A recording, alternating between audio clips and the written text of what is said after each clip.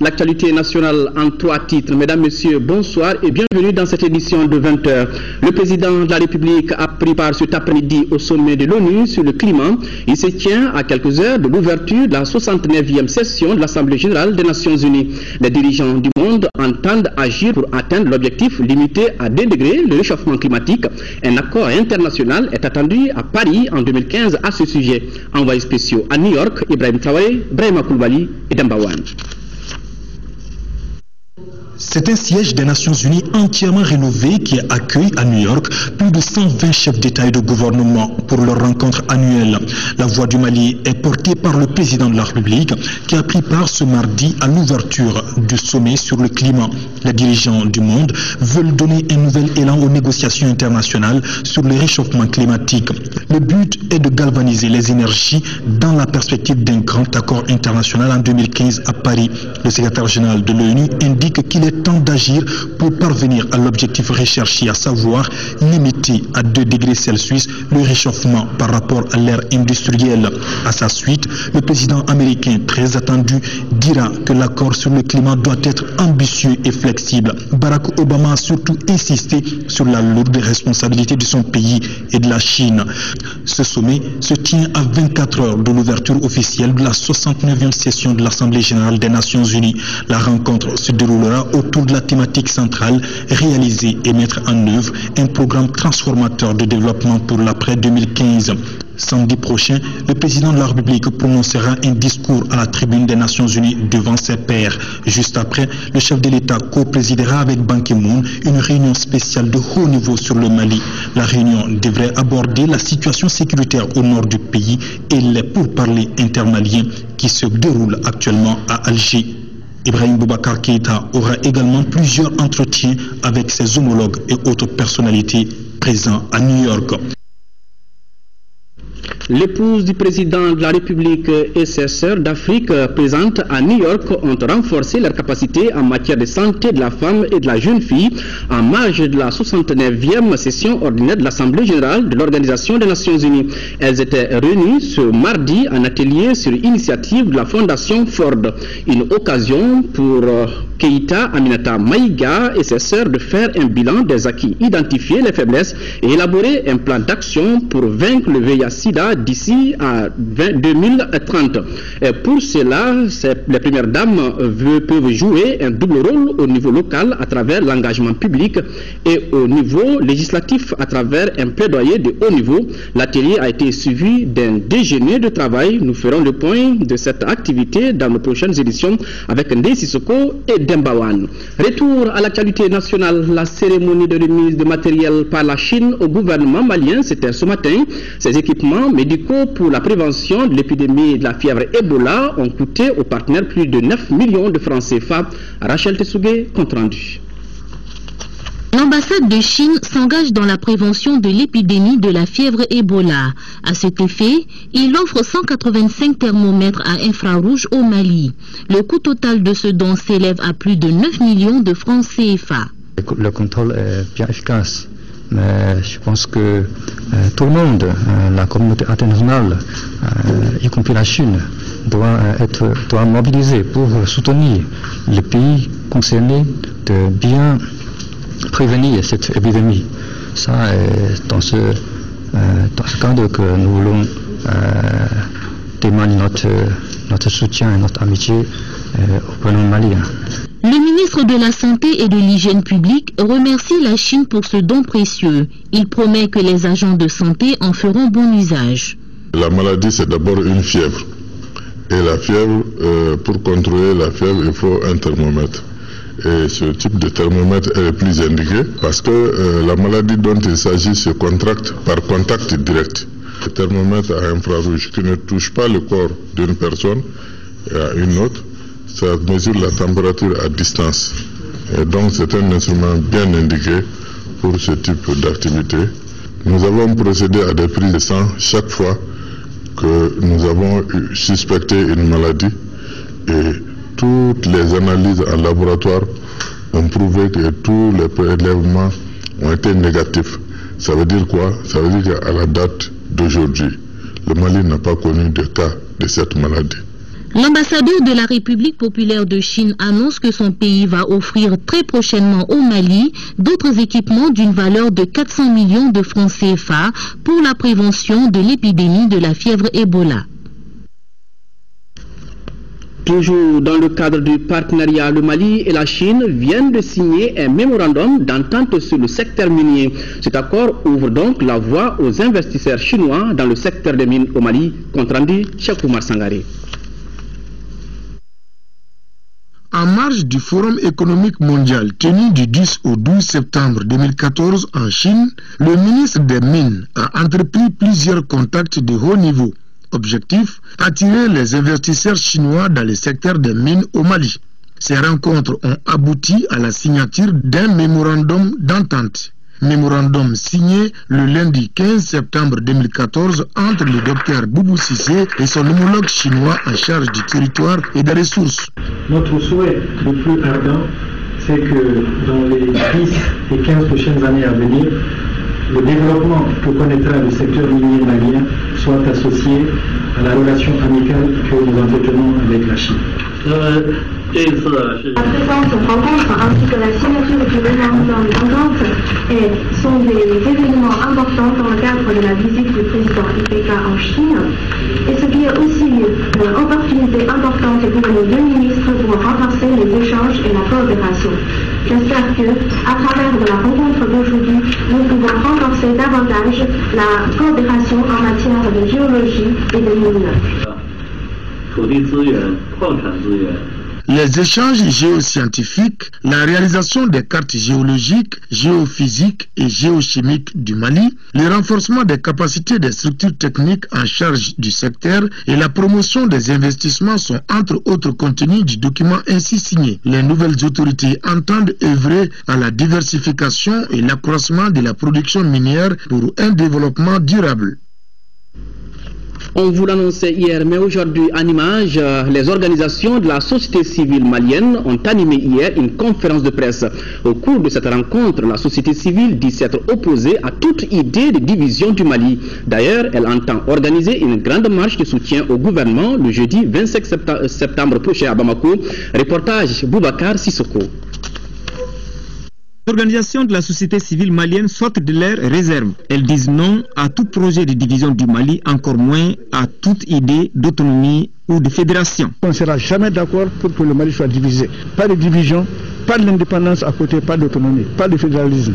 Le Mali est un indivisible. Ça, c'est l'appel que nous donnons à tous les Maliens. Il faut que la communauté internationale sache qu'il n'y a pas de demi-mesure. La société malienne ne veut pas une division. Toutes les confessions religieuses s'inscrivent dans la logique du Mali un et indivisible. Partout où il est question du Mali, de l'unité du Mali, du respect de l'intégrité territoriale du Mali, de la paix au Mali et de l'unité entre les Maliens ainsi que de la laïcité, l'Église catholique apportera son soutien. C'est Dieu seul qui détient, en tout cas, la solution à cette crise que nous vivons. S'il arrive vraiment que notre comportement n'est pas la volonté de Dieu, il faudrait que nous nous repentions.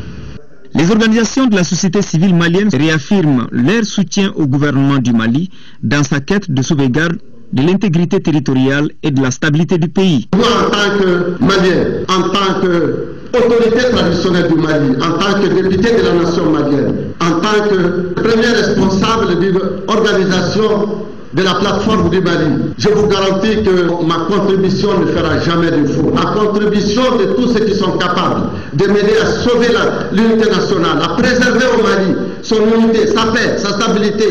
Je vous garantis que je le ferai. Les intervenants ont proposé que l'issue favorable de cette crise réside dans le dialogue inclusif. On veut une Mali stable, on ne veut pas de séparation. C'est à cause de ça, on lance un appel pour tous les Maliens de sortir le jeudi pour supporter notre Mali. Ça va commencer au Grand Mairie jusqu'à Place Indépendance, Inch'Allah.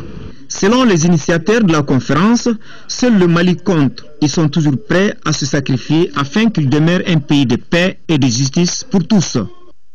Autre grand titre de cette édition, c'est demain que les 3 représentants de la presse à la haute autorité de la communication seront désignés à l'issue d'un vote à bulletin secret. Ils sont 5 candidats, dont une femme dans la course. Qui sont donc ces hommes et femmes et leur profil? Mohamed Diarra est allé à leur rencontre. Suivez ces portraits groupés. Voici les 5 sprinters des organisations professionnelles des médias pour la haute autorité de la communication, l'AHAC.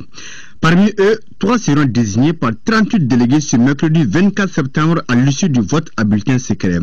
On note une candidature féminine, celle de Maïga Fatmata Maïga, porte-étendard du réseau malien des journalistes pour la lutte contre la corruption et la pauvreté. Elle est journaliste et réalisateur au quotidien national L'Essor depuis plus de 2 décennies. Ses aînés Ibrahim Famara Koulibaly et Mahambe Touré sont respectivement les candidats de l'UNAJOM et du GEPAC. Ils ont tous les deux obtenu des diplômes de journalisme en France. Ibrahim Famara Koulibaly est l'homme de confiance de l'UNAJOM.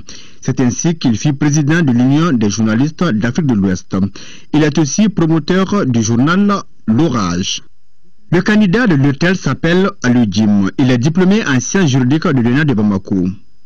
M. Jim a suivi plusieurs formations et stages au Mali et à l'extérieur. Le représentant du groupement patronal de la presse pour cette course est un vieux briscard. Il s'agit de Maman Amessissi, le directeur de publication du journal l'hebdomadaire satirique Le Scorpion. Il est titulaire d'un diplôme en administration publique de l'ENA de Bamako. La principale motivation de la haute autorité de la communication est de donner une haute image à la presse audiovisuelle malienne.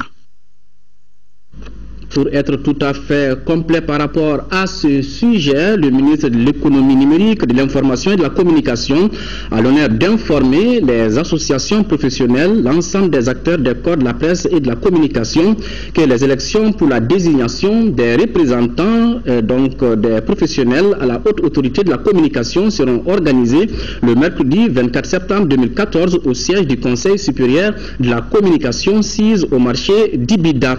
Le vote est uninominal à un seul tour et à bulletin secret. L'ouverture du scrutin est prévue à 9h30 et la fermeture à 15h.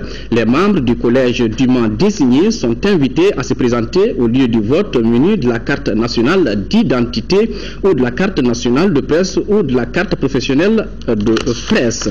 Et puis, à l'invitation du ministre de l'Industrie, du Commerce, des Investissements, de l'économie numérique du Royaume du Maroc, le ministre de l'économie numérique, de l'information et de la communication, Mohamedou Kamara, à la tête d'une délégation, a effectué du 18 au 22 septembre une visite de travail à Rabat, à Casablanca. Il s'agit pour la partie malienne de s'imprégner de la riche expérience marocaine dans le domaine de l'économie numérique dans le cadre de l'élaboration du plan Mali numérique 2020. Le ministre Kamara, au cours de cette rencontre, a eu donc des échanges avec le directoire de Maroc Télécom, l'actionnaire majoritaire de la société Sotelma SA.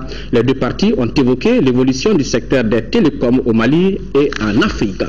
Retour à l'actualité nationale. Hier 22 septembre, le Bureau national de l'Alliance pour la République APR est allé à la rencontre de ses militants dans le Mandé. La délégation conduite par le président du parti Oumar Ibrahim Touré s'est d'abord rendue à Koursalé puis à Kanadjigila où il a été inauguré le siège de la sous-section du parti. Tous ont réitéré leur soutien au Bureau national de l'APR. Le reportage de Aïssata Ibrahim Maïga. L'Alliance pour la République APR adoptée par le Mandé, vraisemblablement pour preuve,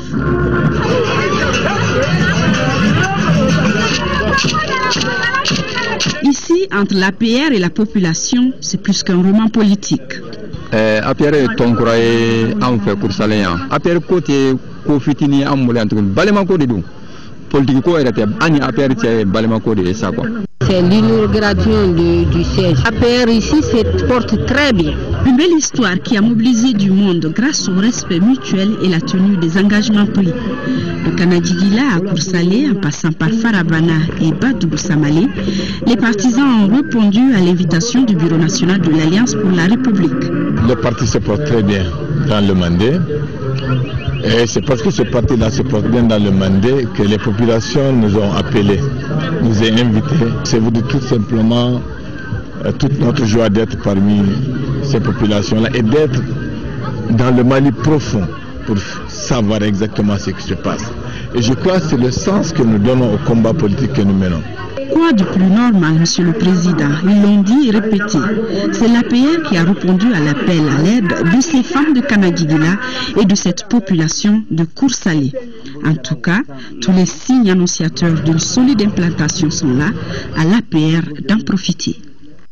Activité politique toujours, une délégation du groupement des partis politiques pour la démocratie et la paix conduite par son président Ismaël Sako a effectué une visite de terrain à Djidjeni. Cette visite s'inscrit dans le cadre des activités du groupement. C'est ce que nous dit Moussa Fani dans ce reportage.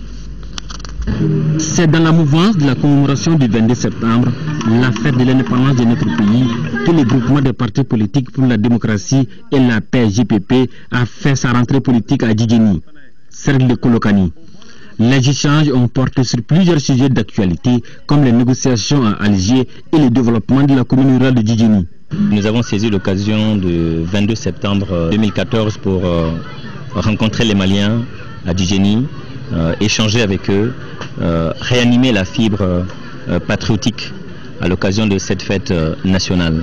Et en même temps, pour nous, c'était l'occasion idéale pour échanger avec les Maliens de Djidjeni sur les réalisations faites par le président de la République pendant les 1 an d'exercice de pouvoir. La population de Djidjeni sollicite les autorités pour que les questions d'emploi, les questions de formation des jeunes et des femmes soient au cœur du dispositif. L'initiative de cette rencontre a été saluée par la population de Djidjeni.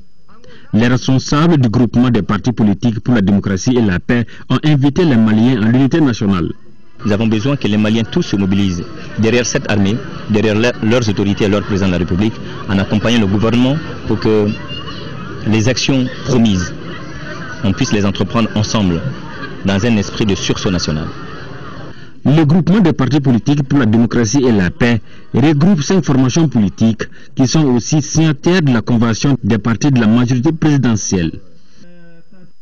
Nous arrivons au dossier consacré à la fête du 22 septembre. L'armée est issue du peuple et elle est au service de ce dernier. Ces propos sont du général Abdoulaye Soumaré, premier chef d'état-major général des armées. Créé officiellement le 1er octobre 1960, notre armée nationale menait avec efficacité sa mission régalienne de défense nationale et de protection des populations, non pas sans difficulté, au nom desquelles l'insuffisance d'effectifs et d'équipements, des difficultés qui restent aujourd'hui d'actualité. Retour sur les défis d'hier et d'aujourd'hui de l'armée malienne dans ce dossier signé Brahma Kawaré, Brahima Koulibaly.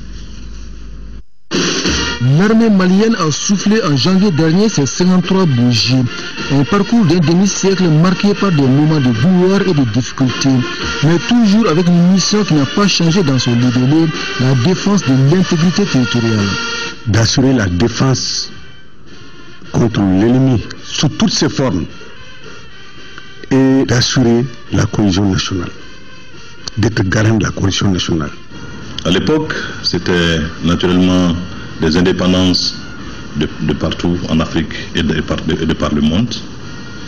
Donc l'adversaire était plutôt l'adversaire classique, parce que c'était surtout des problèmes de territorialité, de non-reconnaissance de limites de frontières, qui entraînaient les pays donc dans des conflits souvent très très fratricides. Et notre armée, dans le cadre de la mission qui lui était assignée, donc agissait dans ce cadre classique de la garantie, n'est-ce pas, de l'intégrité territoriale. Juste après sa création en 1960, l'armée malienne avait comme premier défi l'insuffisance d'effectifs. 1300 soldats selon certaines sources, 3000 selon d'autres avec une précision de taille. L'armée malienne au départ n'avait que 3000 hommes. Donc en tout, il y avait à peu près 12 000 Maliens qui étaient sous le drapeau français. Il fallait choisir un nombre restreint. En janvier 1963, qui était de 3200 hommes. On tend toujours vers l'idéal. L'idéal étant ce que le militaire prévoit pour être dans la plénitude de ses capacités à remplir la mission, et le réel étant ce que le pays peut lui offrir. Donc les problèmes d'effectifs constituaient un lourd défi. Le second grand défi de l'armée malienne à l'époque était le manque d'équipement. Elle utilisait des armes de fabrication égyptienne, souvent inadaptées. Les premiers fusils de l'armée malienne étaient des fusils Hakim de conception égyptienne. Il y avait trop d'incidents de tir. Il y avait des véhicules soviétiques, des AMX, c'est-à-dire des blindés découverts. 53 ans après, ces défis restent-ils toujours d'actualité? La réponse est affirmative, comme illustre éloquemment le contexte sécuritaire actuel du pays. Les conséquences aujourd'hui, c'est que la nation malienne est en danger dans sa cohésion. Le territoire malien est en danger dans son intégrité. C'est dire que notre outil de défense doit être adapté aux nouvelles menaces, à la fois transnationales et internationales. Ceci nécessite une réforme en profondeur déjà bien engagée. En matière d'adaptation, n'est-ce pas, à cette menace-là, il va de soi, n'est-ce pas, que nous revoyons non seulement les effectifs, nous revoyons l'équipement, nous revoyons également la formation. C'est ce qu'on dit très souvent. Nous essayons, n'est-ce pas, de bâtir une armée aujourd'hui de nos besoins. Il faut sauvegarder l'intégrité territoriale, il faut sauvegarder la cohésion nationale, il faut défendre l'économie nationale. On n'a pas à se voiler la face. Il faut aujourd'hui faire des critiques. Il faut reprendre, sinon nous ne pouvons pas continuer comme ça. Les défis de l'heure ne doivent pas occulter les moments de gloire. Au double plan opérationnel et logistique, l'armée malienne avait de quoi être fière. Les MiG 16, 17, 21 et 32, je crois, étaient déjà au Mali, tandis que ce même type d'avion, même si ça ne s'appelle pas MiG, mais avec les mêmes performances, n'équipait pas encore, n'est-ce pas, certains pays, même européens. Donc, même du point de vue de l'artillerie, le Mali était doté, et nous le sommes encore, n'est-ce pas, de BM 21, ce qu'ils appellent les lance-roquettes multiples. Ça, c'est des armements qui ont équipé certaines armées européennes seulement dans les années 90. Or, le Mali en disposait déjà dans les années 68 à 70. C'était une armée aussi bien entraînée. Comment restaurer alors cette image positive de l'armée malienne? Certainement par le travail, encore le travail. Ce message de félicitations du secrétaire d'État américain John Kerry au président de la République Ibrahim Boubacar Keïta à l'occasion de la fête d'indépendance du Mali, message ainsi libellé au nom du président Obama et du peuple des États-Unis d'Amérique. J'adresse nos meilleurs vœux au peuple du Mali au moment où vous célébrez votre fête d'indépendance le 22 septembre. Les États-Unis félicitent le peuple malien pour le retour pacifique de la démocratie et l'appui au processus de paix et de réconciliation en cours. S'appuyant sur les progrès de l'année écoulée, nous nous réjouissons de l'opportunité qui nous est offerte de continuer à travailler avec le président Keïta dans ses efforts de promotion de la réconciliation nationale, de renforcement des institutions démocratiques du Mali et de réforme du secteur de la sécurité.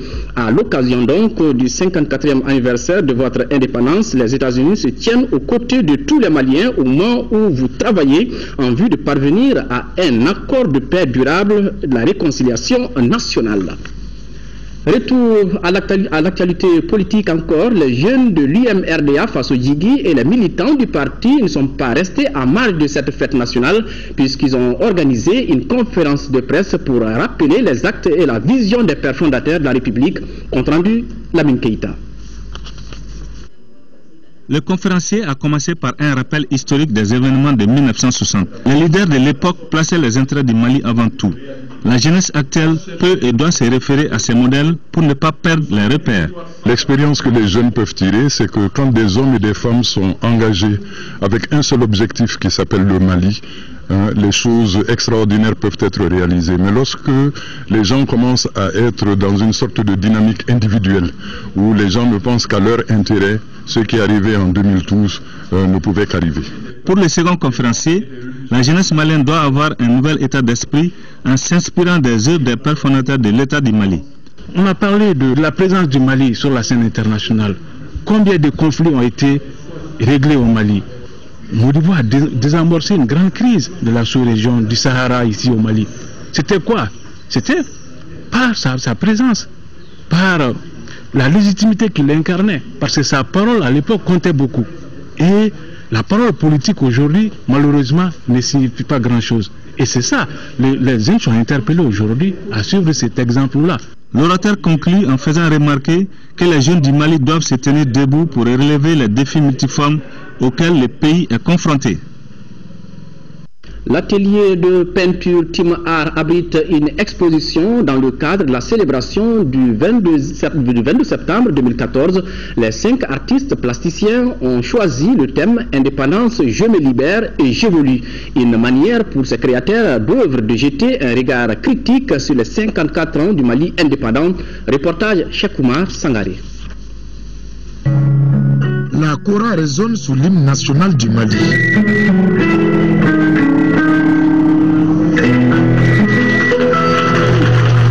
Le ton est ainsi donné pour le vernissage de l'exposition. Exposition qui s'inscrit dans le cadre de la célébration du 54e anniversaire de l'accession de notre pays à l'indépendance. Ils sont 5 jeunes artistes plasticiens exposant 25 tableaux sur le thème « Indépendance, je me libère et j'évolue ». On s'est inspiré un peu du problème du Mali, de la manière dont les choses vont et viennent et reviennent de la même manière, et qu'on voit que les choses ne changent pas, on avance d'un pas et on recule toujours de 2 pas. Donc on s'est dit probablement qu'il y a quelque chose qui ne va pas. Donc on a essayé de voir un peu ce qu'on a remarqué, parce qu'on ne peut pas tout voir. On a un peu ce qu'on a essayé de comprendre, de voir, on a essayé d'expliquer. Les œuvres parlent entre autres du développement, de l'esclavage, de la rébellion et de l'amour de la patrie. Je me suis dit que si on voit que ça ne va pas entre nous, c'est qu'on ne s'aime pas d'abord. Il faut qu'on cherche à s'aimer. Et si on ne s'aime pas, c'est qu'il y a un truc qui nous empêche de nous aimer entre nous. Et ce truc, c'est le pouvoir. Donc je me suis dit que le jour où le pouvoir de l'amour surpassera l'amour du pouvoir, ces jours-là, le Mali connaîtra la paix. Ces jeunes artistes, tous de l'atelier Team Art, qui a d'ailleurs servi de cadre pour l'exposition, ont essentiellement travaillé sur la technique de la peinture. Les jeunes s'intéressent de plus en plus à la peinture comme moyen d'expression. En témoigne leur présence massive à ces vernissages. Sur un tout autre plan, à Kidal, certaines ONG tentent tant bien que mal de subvenir aux besoins des personnes vulnérables. Parmi ces ONG, Emergency and Development Aid Relief, l'organisation vient de procéder à la distribution des kits non alimentaires fournis par le HCR. Maganfi Konaté a fait le déplacement de Kidal. Voici son compte rendu. Jean-Yves Bonzi est le chef de l'ONG International Emergency and Development Aid. Aujourd'hui, il supervise la distribution de kits non alimentaires aux populations déplacées de Kidal. Jean-Yves est sous pression. Sa tâche n'est pas facile car les déplacés sont pressés. C'est bientôt le soir et les gens attendent, les bénéficiaires attendent. Et nous n'avons pas beaucoup de temps, alors il faut accélérer pour que nous puissions quand même satisfaire ceux qui en ont besoin. Grâce au Haut Commissariat des Nations Unies pour les réfugiés, avec un don du gouvernement du Japon, 1200 ménages recevront un kit de survie sur un total de 2400 ménages recensés. Les bénéficiaires ont été préalablement sélectionnés par les volontaires de l'ONG IEDA Relief. Les premiers sur la liste sont les plus heureux. La ville de Kidal accueille plus de 10 000 déplacés répartis entre près de 2400 ménages. J'ai 8 enfants.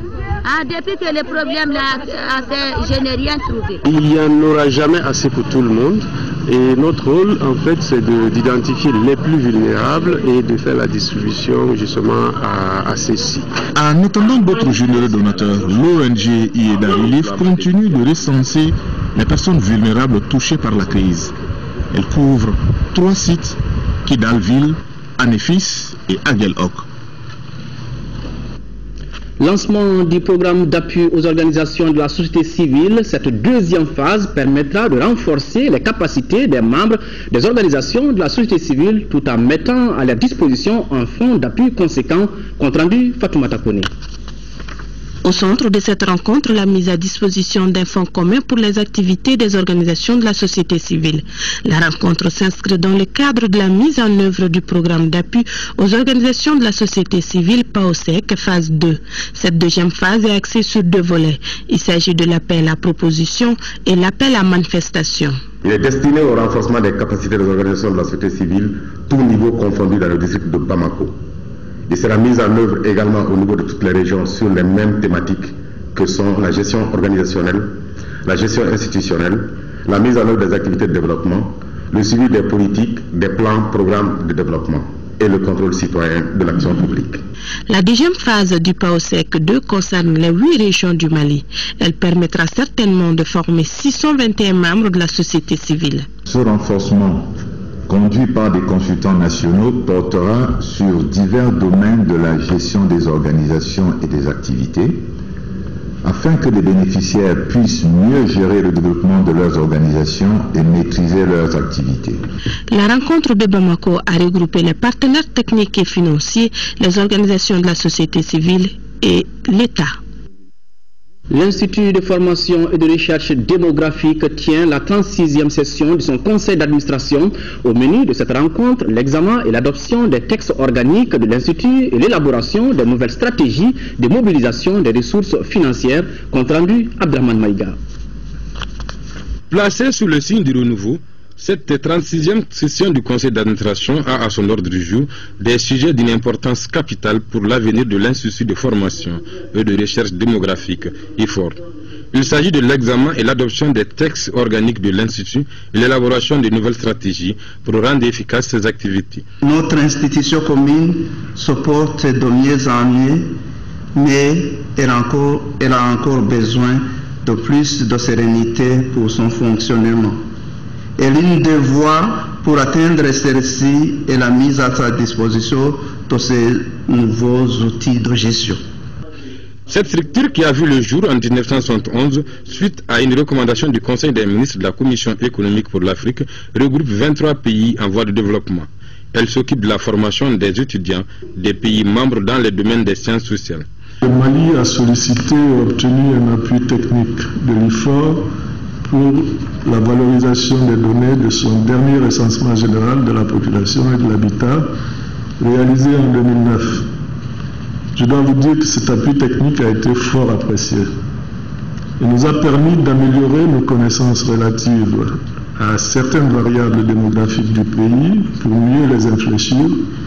Pour permettre à l'Institut de formation et de recherche démographique de poursuivre ses engagements et d'atteindre ses objectifs, les administrateurs à cette 3e rencontre de Bamako vont formuler plusieurs recommandations, dont les plus importantes seront certainement celles relatives à une plus grande mobilisation des ressources financières, surtout quand on sait qu'après le retrait des Nations Unies, la structure connaît des difficultés relatives au financement de ses activités.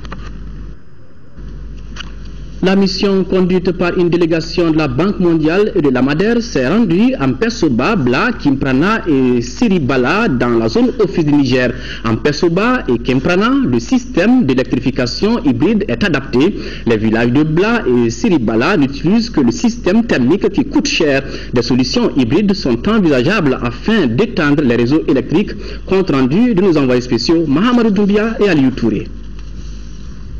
Financé par le ministère des Affaires étrangères des Pays-Bas jusqu'à hauteur de 60% et 40% par la Fondation rurale Énergie Service des Pays-Bas, la centrale hybride de Kemparana compte 227 abonnés avec un taux de paiement de 41%.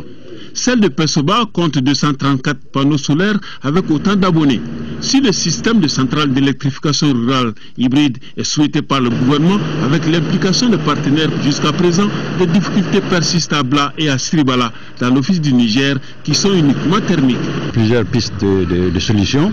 Donc la première, c'est rapidement d'augmenter la capacité thermique, ça c'est dans l'urgence, donc pour pouvoir servir la population. Mais pour assurer une certaine durabilité, donc il faut adjoindre à cette centrale, cette centrale thermique de Siribala, une centrale solaire. Donc ce qui permettrait de réduire la consommation de gasoil au niveau de cette centrale-là. La centrale diesel de Bla consomme chaque mois 16 000 litres de foule, fonctionne de 9h à 14h et de 18h à 1h du matin. Celle de Siribala, mise en service en 2009 pour un coût de plus de 330 millions de francs CFA, a été financée par la Madère et la société Kamaessa. Les difficultés sont entre autres le coût élevé des dépenses de production, les demandes croissantes non satisfaites des clients. La solution, c'est de trouver très vite des solutions alternatives en mixant les ressources. L'alternative la plus évidente, et c'est ce qu'on a vu au cours de cette mission, c'est que l'hybridation avec une partie thermique et une partie solaire en photovoltaïque, c'est la solution qui permet de couvrir une bonne partie de la demande et de proposer aux populations un tarif acceptable. D'après les experts, les centrales thermiques sont des solutions urgentes pour l'électrification rurale. Seul le système hybride peut faciliter le développement socio-économique de nos communes éloignées qui difficilement ont accès à l'énergie conventionnelle. Direction à présent la Mecque, Hajj 2014 à Médine. Quelles sont les conditions d'hébergement et de restauration des pèlerins maliens de la filière gouvernementale? Pour en savoir davantage, nos envoyés spéciaux Moussa Henri Maïga, Soumaïla Ouedrago et Modibo Fofana ont rencontré les pèlerins. Suivez les reportages. Ça fait un total de 1026 pèlerins. À cela, il faut ajouter la mission progresseur qui est arrivée avec 5 éléments. Concernant les lieux de culte, là c'est vraiment une bonne position. Pour le moment, à partir de Médine, quand même, nous on n'a pas eu de problème. Vraiment, on est très ravis. C'est idéal. La distance entre l'hôtel et puis la mosquée, j'avoue qu'ils ont mis le paquet. Nous sommes pratiquement à 10 minutes de la mosquée. Je vais à la mosquée. La mosquée, c'est pas loin? Non, c'est pas loin. C'est une petite trotte d'1 kilomètre, c'est bien aussi pour les jambes. L'hôtel c'est bien. L'hôtel n'est pas loin aussi de la mosquée. On ne se plaît pas du tout et on se sent à l'aise, on se lève comme on veut, on va à la mosquée à n'importe quelle heure qu'on veut. Donc c'est l'essentiel. On est vraiment satisfait. Je viens de la prière à la grande mosquée du prophète paix et salut sur lui. C'est un immense bonheur que je ressens. Et n'oubliez pas, le prophète Mohammed paix et salut sur lui disait chaque fois, le plus noble d'entre vous auprès de Dieu est le plus pieux parmi vous. La grande mosquée là, on s'appelle ça Haram. C'est pas loin des mosquées quoi. À Haram, c'est pas loin. À peu près 250 mètres, et même pas 300 mètres. Voilà, bon Hajj donc 2014, la directrice nationale des domaines et du cadastre invite les usagers détenteurs de contrats de bail ou concession, bail avec promesse de vente et bail amphithéotique à venir s'acquitter des redevances d'arriérés de baux auprès de la direction des domaines et du cadastre du district de Bamako dans un délai de 2 mois. Passé ce délai, l'administration entreprendra des procédures relatives à l'application des sanctions prévues par la réglementation en vigueur, en l'occurrence les pénalités, le retrait de l'immeuble, la position de scellé sur l'immeuble. Les listes seront publiées dans les journaux, donc l'Essor, l'Indépendant et les Échos. La médiathèque de Medinakoura a abrité vendredi dernier une causerie débat animée par la députée belge d'origine malienne Fatoumata Fati Sidibé. Auteur, poète, artiste peintre, cette femme de culture a mis à profit son séjour au Mali pour présenter son livre intitulé Les masques parlent. Aussi, quand les masques parlent, c'est pas facile. Une œuvre poétique écrite avec lyrisme qui met l'accent sur toute la valeur de ce pan de la culture. Modibo Soirée, compte rendu. Cette rencontre s'inscrit dans le cadre de la nouvelle politique mise en place par la Galerie Médina pour faciliter les échanges entre acteurs culturels dans sa diversité et le public. Les rencontres de la Médina, c'est pour donner la possibilité aux Maliens de mieux connaître une des valeurs du Mali qui vit au dehors du Mali, qui n'est pas connue chez elle. Et en plus, on a la chance qu'elle soit politique, artiste, peintre, écrivain, intellectuel.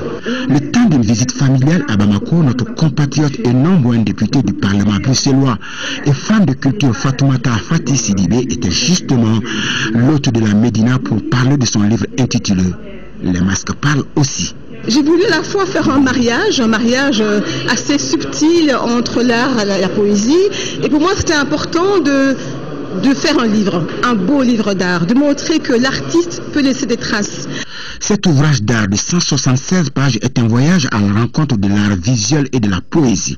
Dans ce catalogue, l'auteur magnifie le masque, un objet qui exprime les émotions, les sensations et les sentiments les plus divers auxquels il donne un sens pathétique. Les masques m'ont choisi. Il y a une dizaine d'années, j'ai commencé à peindre par hasard. J'ai pris une feuille de papier, un crayon et j'ai commencé à dessiner. C'était un masque. Et depuis lors, je peins les masques. Ce sont les masques qui m'inspirent, qui me parlent. La rencontre a été marquée par une causerie débat animée par l'invité du jour et 2 membres du gouvernement. Les échanges ont porté sur le parcours politique et socio-culturel de Fatoumata, ses œuvres, bref, ses ambitions pour son pays d'origine, le Mali. C'est une femme complète, intellectuelle, politicienne, écrivaine, peintre, etc.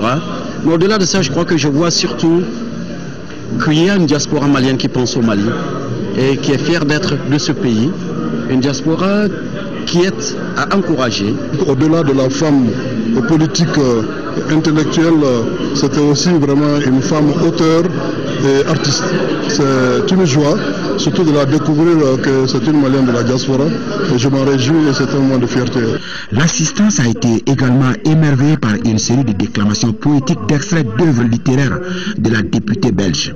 Moment de voyage certes, mais surtout d'émotions transmises par cette œuvre dans laquelle, selon un lecteur que je cite, en ouvrant ce livre, on ne sait dire lequel du masque ou du poème donne vie à l'autre.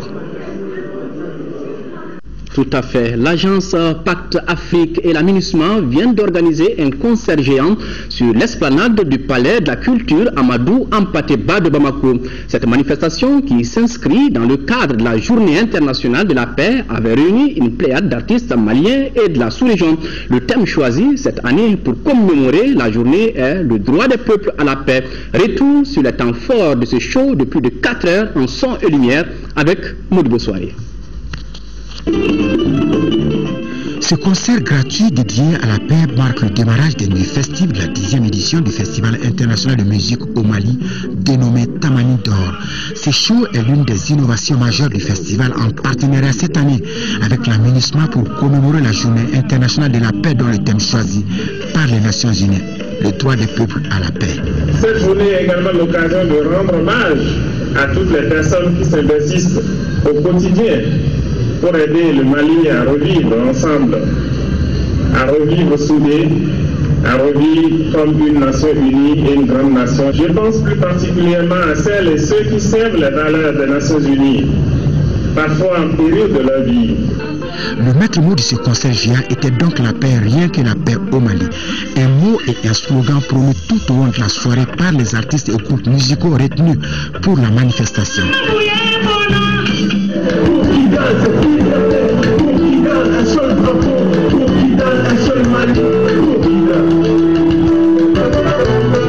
Rencontre de toutes les musiques de notre pays, ce spectacle magnifie avant tout le brassage culturel. Ils étaient tous là, des artistes du Nord comme du Sud, pour chanter et danser dans une parfaite communion en guise de contribution à la promotion de cette paix tant recherchée, mais aussi de l'union et de la concorde nationale au Mali. Lorsqu'on parle de paix, on ne va jamais hésiter, on va participer parce que nous savons ce que nous avons vécu dans le temps et nous savons ce qui est en train de se passer en ce moment pour le Nord, pour nos parents. J'ai chanté des chansons qui sont dédiées à la paix. Donc on n'a qu'à se réconcilier. Nous tous, on va se donner la main pour être ensemble, pour être un seul Mali. Un des moments forts de ce concert était sans doute le message porté par le collectif Plus Jamais Ça, un mouvement qui œuvre pour la bonne gouvernance et la paix au Mali, une séquence marquée par des lâchers de colombes.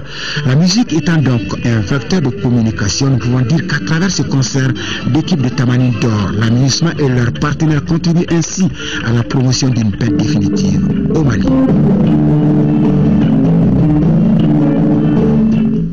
Culture toujours, ce week-end a été marqué à Bamako par la célébration de la 6e édition de la Nuit du Mali, une soirée placée sous le signe de la paix et de la réconciliation nationale. L'événement est organisé par l'association SIDAFOOT. À travers cette soirée, les organisateurs entendent magnifier le Mali dans sa diversité culturelle. Des prestations d'artistes de renommée internationale et une tombola ont été les temps forts de cet événement. Mohamed Oudoumamouni, compte rendu. Ils étaient plusieurs milliers de personnes à répondre à l'appel de l'association SIDAFOOT pour la Nuit du Mali. Cette 6e édition est placée sous le signe de la paix et de la réconciliation nationale.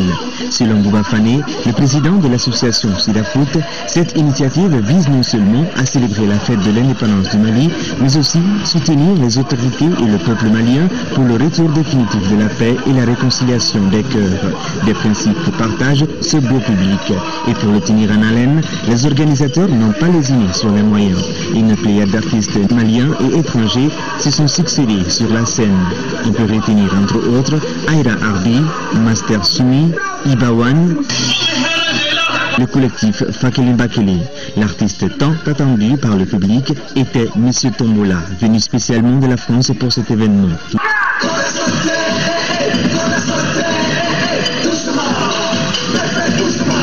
plus ont véhiculé des messages de paix et de la réconciliation. Les organisateurs ont également récompensé des jeunes qui ont excellé dans leur domaine de compétences à travers la remise des attestations de reconnaissance. C'est la fin donc de ce journal. Au nom de l'ensemble de la rédaction, merci de votre aimable attention. Demain, 10h, 13h, Mohamed Touré et j'aurai le grand plaisir, s'il plaît à Dieu, de vous retrouver pour celle du soir. Vous pourrez revoir ces informations sur notre site www.ortm.ml. Mais ne quittez surtout pas, dans quelques instants, Maurice Soumano sera là pour le spécial Sambé Sambé. 22 septembre oblige les couleurs du Mali. Tout de suite avec Maurice Soumano. Au revoir et qu'Allah bénisse le Mali.